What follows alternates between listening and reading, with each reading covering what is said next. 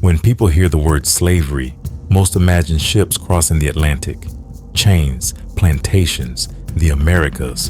But long before European ships reached West Africa, another slave system was already operating.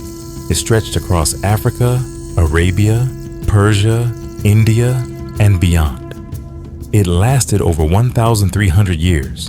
This was the Indian Ocean slave trade, a system older than the Atlantic trade, longer, and in many ways, different. Slavery in the Indian Ocean did not begin with Islam. Long before the rise of Islam in the 7th century, Persian, Indian, and Arabian merchants were already trading enslaved people. The Indian Ocean was not a barrier, it was a highway. Monsoon winds made travel predictable. Ships sailed from East Africa to Arabia and India seasonally. Slavery was part of that exchange, alongside ivory, spices, and gold. In the 7th century, Islam spread rapidly. Under the Umayyad Caliphate and later the Abbasid Caliphate, trade networks expanded dramatically. The Islamic world now stretched from Spain to India, and the Indian Ocean became fully integrated onto this vast empire of trade. Slavery was legally recognized under Islamic law. It was regulated, but it remained widespread. East Africa became central to this system. From modern-day Tanzania, Kenya, and Mozambique, captives were transported across the sea. Cities along the Swahili coast grew wealthy. One of the most important hubs was Zanzibar. By the 19th century, Zanzibar had one of the largest slave markets in the Indian Ocean world. Not all enslaved people accepted their fate.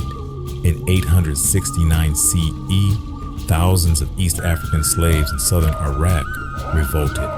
This became known as the Zanj Rebellion. For nearly 14 years, the rebels fought the Abbasid state.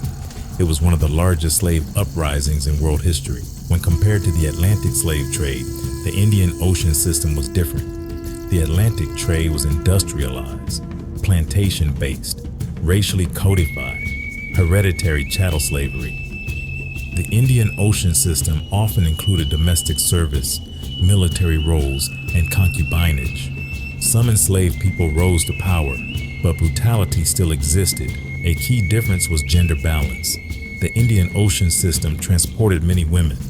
Some became domestic workers, others were concubines.